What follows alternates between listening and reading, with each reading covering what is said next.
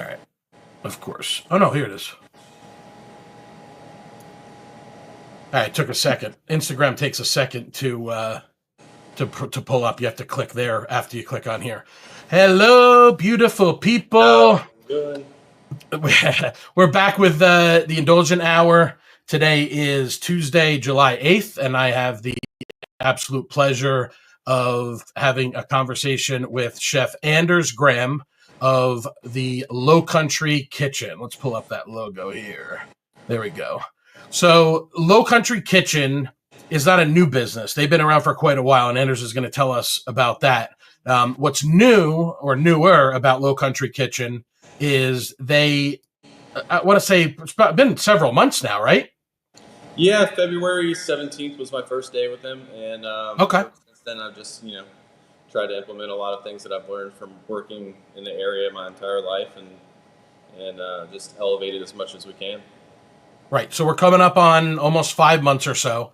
You and I met back in the fall, I want to say, late summer, fall, somewhere around there, when you were working over at Shea George. It was kind of funny because it was almost as if like we had known each other already when we finally met in person. So it was kind of like we were already kind of friendly before we met in person, and it's been a lot of fun, for me getting to know everybody over there. And then a little while later, you moved on to this new opportunity. So tell us about how this came about with Lowcountry Kitchen, and just give us a little bit of the backstory for those who aren't familiar, because they've been doing catering for a long time. I know you mentioned that they were operating out of the Lunch Lady.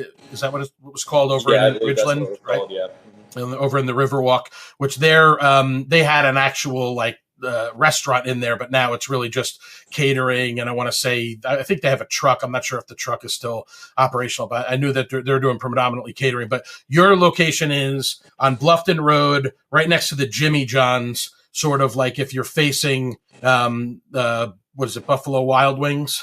Or is it Wild Wings? We're smack in the middle of Jimmy John's and Buffalo Wild Wings. So right, same exactly. building. There's 3 businesses in that little thing. We're just right in the middle of them. Yes. So give us a little of the story about how this came about, and how things have been going for the first several months here. Well, this opportunity kind of fell in my lap. I was referred by a good buddy of mine, and I think I was just I have a 2-year-old, and I was looking for something a little bit more flexible with my hours and things like that. I really enjoyed my time at Shea George. It was pretty balls to the wall for a long time, and me and George are good friends, and their business is fantastic, and I love supporting them. And also, the new Radici that they opened, so and partnered with Mattia Bianchi. But working with them has been great. I've learned a lot, and I think this is a kind of career where you never stop learning what you're doing. There's always a different way to do something, and I think it just comes down to science a lot of the time. And so yeah, this fell into my lap, and I just kind of couldn't say no. Ready to come back home to Bluffton and not have to go over that bridge on Saturdays anymore. Was a big kicker too. And Scott and Carla just being so amazing and really looking out for me and my family, making me feel like a family member to them is really great. And things, I just tried to do everything that, apply everything I've learned over my entire, 20 years working in this industry, from customer service right down to making anything from scratch. And, we also offer to-go options. So we have a freezer up front with tons of really great scratch-made items like homemade split-piece soup and brisket stew and lasagna, some beef burgundy, things like that. And we're just going to keep adding to it to give people different options. And we also would love to take any type of dietary restriction option. Somebody needs something made like that, or they have an allergy, to reach out to us and let us take care of them in that regard as well.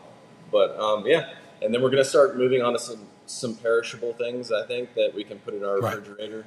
But for right now, I think we're just trying to focus on that, so we don't have to, trying to get some foot traffic in the door. And we're actually getting our sign, so that'll be a big help for us, and I think people will be able to see us from the road a little bit easier. Okay, so you're going to put a sign out on Bluffton Road. That's great. Yeah. Yeah. Yeah, I know. I know when you and I spoke a while back, I know that your goal was to kind of get back out here into Bluffton. I know, a lot of people talk about how that commute can be a grind, and you came Yeah. from a situation where it really is kind of like a family team setup over there. I've sat in on some of the pre-dinner shifts over at Shea George, and you've gone seamlessly into another really family team type of situation. I've gotten to meet the team over there. They're great people, and the space is actually really nice. So I don't have the interior photos here, but the cool part about it is, like you said, not just catering. We had you had was a law office there today for a small event right there, and so I took a photo of the spread that you guys had for them there today. But you have some, a handful of counter seating, so you got enough room for, I would say, how many people to sit about approximately? We have about we have 4 along the window, and then we have a side table with 4 seats, and then we have counter space for 6 seats, 7, 8, about 15 total. Okay, yeah, that's great. But, So we can always squeeze something in if we need to. So. right, exactly. So today was an on-site event. When I stopped in earlier this year, shortly after you guys had opened, I sampled a couple of things from the lunch menu, which has actually since changed. So I don't know. Let's see. I don't know how well people are going to be able to see this, but I have another one So over here off to the side. We changed the salad to a Mexican street corn salad, and I saw that. Yeah. a lot better. The other one was great. It's just we got to change it up, especially if it's not biting with people, and try to get something a little bit more accustomed to the palate, or in the area, and serve the demographic. You know what I mean? Right. Absolutely. I think this is actually probably showing up pretty well for people, but just in case, they got 4 salads on the menu right now. House salad, Mediterranean, which I will show you right now. My wife really enjoyed the Mediterranean salad. Artisan spring mix, marinated cherry tomatoes, shaved red onion, diced cucumber, crunchy chickpeas, Kalamata olives, crumbled feta, and a lemon herb vinaigrette. You got an Asian sesame salad, and like you said, you added the Mexican street corn salad to replace one of the other ones that you had on there. You can add a protein for $6. You can add chicken for $9. You can add seared tuna. And then, of course, you got a couple of sandwiches on here as well. I indulged in the club sandwich that day, brought it back home, ate it at home, toasted white bread, sliced ham and turkey, crisp bacon, cheddar cheese, sliced tomato, leaf lettuce, and mayo. Everything that you would want in a club sandwich. I thought that this sandwich was delicious. Everything about it, the bread, the cold cuts, the vegetables, everything. So I really enjoyed that. It came with a side. You get chips, pasta salad, or you get the cucumber, tomato, red onion salad. I feel like I might have gone with that one. And then, of course, there are 3 power bowls that you can order as well, which are the blackened chicken avocado bowl, the Greek chicken bowl, and the seared tuna bowl. I saw you cutting up some fresh tuna today when I popped over there to say hello. So yeah, I think it's great because, like you said, your focus obviously there is on the to go, is on the you can call in and order, you can stop in and order and eat it right there. And then, of course, catering, mostly offsite. I want to show a spread from that you had. Let's see here. This was on one of the boats over in Palmetto Bluff, correct? This was like right in, I want to say, in the past week or so, right? Yeah, that was when was that? Saturday? Thursday. That was actually Thursday of last week. That was the Grace, and that's actually a really historically well-known boat. And they recently refurbished it and did all the teak and made it look really beautiful. And so we put that spread out there with a little seafood tower and watermelon gazpacho and some different assortment of sauces there, and try to just make it kind of casual. And that's what they had requested. So we just tried to give them all the accoutrements and go with everything and make sure everything's really high quality. We've grown up here.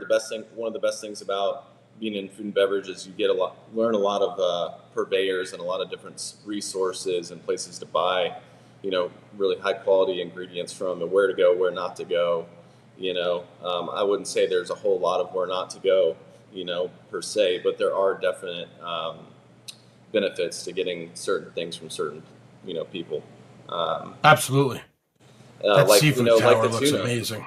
We get the seafood from Russo, and some of it from Inland Seafood, and then we get that tuna that we use here in house. We get it fresh from Russo's whenever it comes in, the day it comes in, and it's I just want to make sure that we're using as much stuff from the local waters as we can, and at least if it's not from super local, it's of the freshest and highest quality.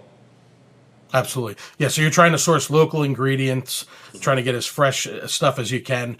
I would say what my next question I would have would be, what would you say? I mean, I don't have a catering menu in front of me, but what would you say would be, some of the more, I mean, obviously you're going to highly customize this to whomever the customer is.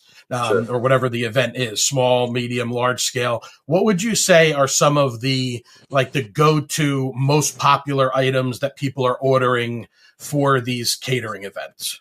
So a lot of people for hors d'oeuvres, they like to do like skewers. So we'll do caprese or antipasto skewers, or chicken satay with peanut sauce, or meatballs of different sort. If you want marinara or jerk or bourbon barbecue or something like that.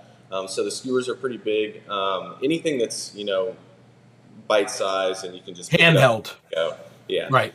I think those are finger foods, if you will. Yeah. Right. And then so we do.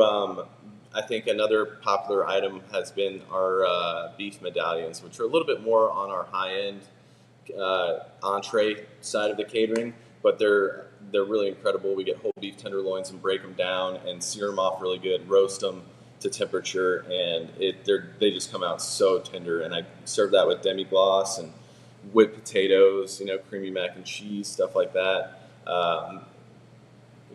Kind of more along the traditional side when you're doing a lot of people. We've done chicken piccata, we've done chicken franchise recently as well, which is kind of difficult to do. To be honest, it's one of the more difficult things is chicken franchise for 100 people. You got to do each. Yeah, I can imagine. Especially you want to make sure that stuff is warm, right? Yeah, but working for a lot of different Italian places in my past, I feel like I nailed that one. Got the egg to wrap around each piece perfectly, and that was really kind of testing myself at the same time, but fun for me, to work that kind of way, and give myself a little bit of a challenge every once in a while. Yeah, absolutely. It kind of keeps you going. Is that those challenges? Is like, can I pull this off for X amount of people for something that's not really easy to do in mass quantities, right? Yeah. What would you say? So you said fun in terms of the stuff that you were preparing, that you were cooking.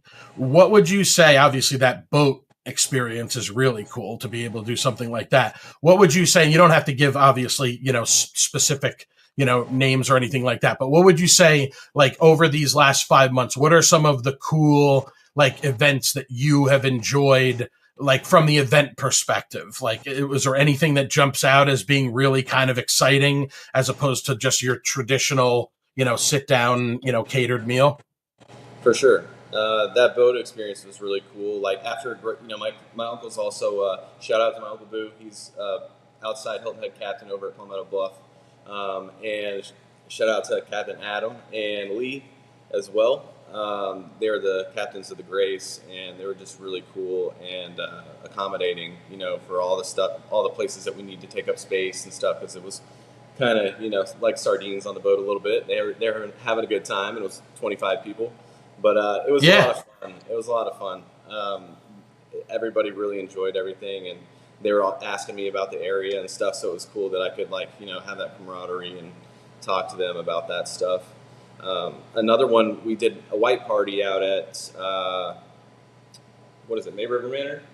May River Manor. I love that place. I saw that stuff from that white party. Meg's doing a great job over there. Antonio Mancini Albano, AMA Catering, he's done a bunch of stuff over there as well. They got a great venue, and it's really cool. Inside, outside, you got the pool area. They're doing a good job over there. That white party looked like a lot of fun.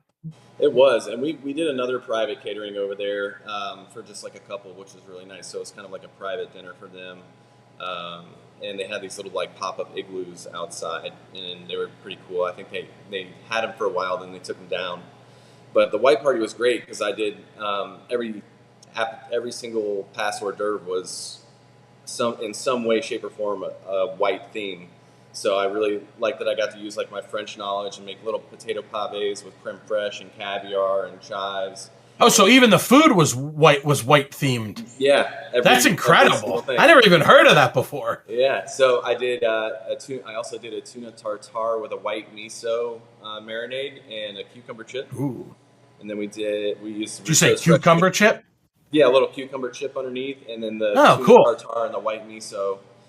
Nice dressing on top, and that's the same dressing we use for our seared tuna bowl and our salad here, which I make homemade, and I should probably bottle it. It's pretty good. I want to try that seared tuna bowl next time. That's at the top of my list of what I'm going to try next time. It's probably my favorite for sure. Yeah, the tuna is just so good. You know, again, shout out to Russo. He gives us really great seafood, and that tuna is just unbeatable. You can't get any tuna better or fresher around here. I was watching you slice it today. I'll be honest, I was getting a little hungry myself. I got to taste a piece of a brownie, but I love raw tuna. It took a lot. I went to Ella's this past weekend for my mom's birthday, and I usually almost always get the seared tuna, but they do the lobster, and they had instead of a tail and two claws, they had two tails. This past, so I was like, I had to. I don't really ever order lobster, but I had to jump on it. But yeah, that tuna looked really good. As far as like these type of events, is there a specific area like that you guys cover? Like, what's the, I would say, the farthest that you will go in terms of a catering event? I think our farthest one so far has been Agape Oaks. Okay. Another really cool experience has been Gulfstream. We've been doing some executive catering out there, and over in Savannah. Yeah. So we get to go like see kind of like behind the scenes a little bit, and it's kind of like a pretty cool little gig for us, and we've been picking that up. So that's been really cool to go over there and get to cater for them, and see all the jets and stuff. So. Yeah, I gotta. Of course, everybody passes by there if they're heading over to the airport to travel. I gotta go travel, do a little bit of traveling myself towards the end of the month. I have a friend who actually works at Gulfstream, so he's down here almost once a month, whether he's at the office or whether they have their sales meetings. One time, he was at Palmetto Bluff, which I still have yet to set foot on Palmetto Bluff. Their minds are blown when I tell them that. When I've been here for over 4 years, I'll get around to it eventually, but. I ran into his coworkers when they were hanging out at the Pink House, and he was actually over here in Palmetto Bluff, and those guys were all hanging out over there. It's a huge company, and I would imagine that they would take advantage of a lot of great catering options around here because they fly their people in from all over the country when they have these events, whether it's just for the salespeople or for the company as a whole. That's really cool. So as we get here, it's after July 4th. We're in the dog days of summer. You guys, I'm sure, probably have a full schedule, over these next couple of months. I know Antonio had mentioned that he was booked, I think, until like September, October, or something like that. Is there anything specifically on the horizon that you want to talk about that you guys have coming up? Anything that you're, focused on or excited about specifically?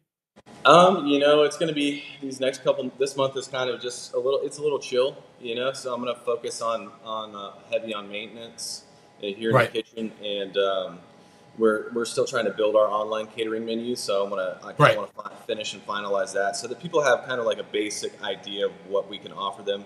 And of course, we can go off of that, if we want to do something different always. Right. But, we want to kind of work on that. And then the next few months is just going to kind of be like grinding and doing some private events, like weddings.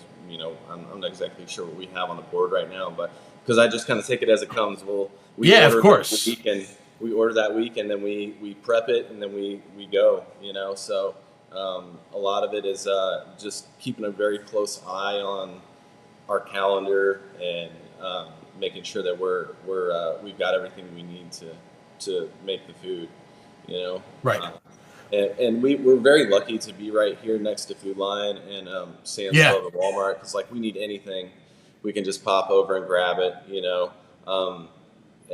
If if sometimes purveyor doesn't have it, or something like that, it's a little bit more flexible in a restaurant, because maybe say you have a little bit to get you through, and then you can just wait Right. till the next day to order it. But with us, if we have an event on a Friday, then we need to utilize all of that product and kind of or just find some other way to utilize it. So that's a lot of that goes into like stocks and things like that, but just do whatever we can to make sure that we're being as cost effective as we can, because it is a business. But it's great that we love what we do. So Yeah, I spoke to one of the food truck guys the other day, and he said he likes doing the catering. He said the challenge with that is that there was a large event that he scheduled to cater, and he ordered all the food, and I don't know if it was for weather reasons or something else, they ended up canceling the event, and now he's got all of this stuff. It reminds me of kind of like when you had the what was it, the Bluffton, what's the big one that was the Bluffton thing where it rained? The Mayfest. Yes, the Mayfest. So that's tough because, whether you're a food truck or you're a catering company, you're preparing for large amounts of people, and then something like that comes up, can put you in a tough spot. I heard a lot of people, and it's just unfortunate because nobody can control the weather. So. Right. And of course, right after they called it, the sun came out and it was beautiful for the rest of the day, right? It's crazy how that happens. Are you is there any thought to as you talk about the supply and things like that, is there any thought to for the whether it's the takeout or the stuff that you can order there when you grab lunch between 11 and 2, is there any thought of maybe throwing in a special once in a while? Or I know you changed one of the salads. Is there going to be any fluidity to that side of it based on the stuff that you're getting and the other events and things that you have planned? Definitely. We did have a special running for a while. It was we called it the Turkey Calhoun, because of the old infamous turkey that likes to escape on a Calhoun Street every once in a while. But it's, essentially your turkey, apple, and brie. We use some crispy prosciutto and cranberry orange compote for a while. Ran that, and then just kind of pressed in between that really good sourdough bread that we get. But right now we're just, we're focused on the event today, and looking to figure out what we want to do next to run as a special. And I think for a little bit we're going to try some sandwich specials and see how that goes. You can't go wrong with that, especially everybody. Of course. That's what I go with almost 9 times out of 10 for lunch. It's just easy, quick. You can grab it and go. You can eat it with your hands. And I think maybe we'll do something with beef. I'm just gonna throw that out there. I'm not gonna say what it is. Nice. You gotta get it. It's gonna be really good. I'm gonna keep an eye out for that. I'm a sucker for a sandwich special, bro. Same, same. So, and there's some great sandwiches out there in Bluffton, but I know what tastes good, and I'm gonna sure do put that to the test, and we'll make some magic happen. But I think for right now, it's just gonna be focused on running a couple specials here and there, maybe change some menu items over the depending on what we feel, and working on getting that freezer stocked full. Once I get that full, we'll worry about doing some stuff where people can just come in and take it and go. We can always do like large format salads, or half pan, full pan size salads for people that maybe one less thing for you to make that night, or you want to take something to like a potluck or something, and and we have all this other stuff that you can take, and you can always call and request for me to make something for you to have it ready. Totally an option for anybody to do that.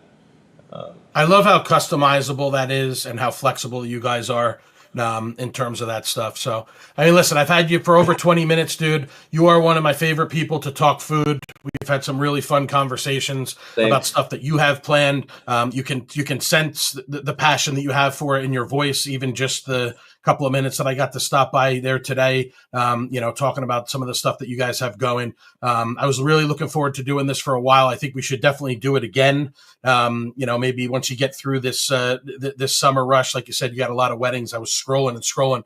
Yeah. A lot of really beautiful food for a lot of these weddings and things like that. It's that season's coming, right? You know, like late summer, early fall, I feel like is probably the peak time of the year for that type of stuff. Sure. So we're going to stay close to you guys. Like I said, I'm going to keep an eye out for any of those specials that are coming up. I'm already planning on coming for that tuna bowl. And I'm sure, I know my wife's going to want to try a couple more of those salads. That Mexican salad specifically sounds awesome. So listen, man, I really appreciate you taking the time. I know you're super busy between the work and the kids and everything like that. I know it's easier for you now that you're closer to home and you can kind of run back and forth and go and take the dog out. Like you said, I got to go pick the dog up at daycare shortly myself over at May River Pet Resort. So I really appreciate you taking the time. This was a lot of fun as always. Like I said, there's not really too many people that I enjoy talking to food more than you, Anders. And continued best of luck to you guys and the team over there. You've been very kind to me from day one, and I'm looking forward to coming back over and doing some more food content and having you come back on again to talk soon. That'd be awesome, man. Thank you so much. It's been a pleasure.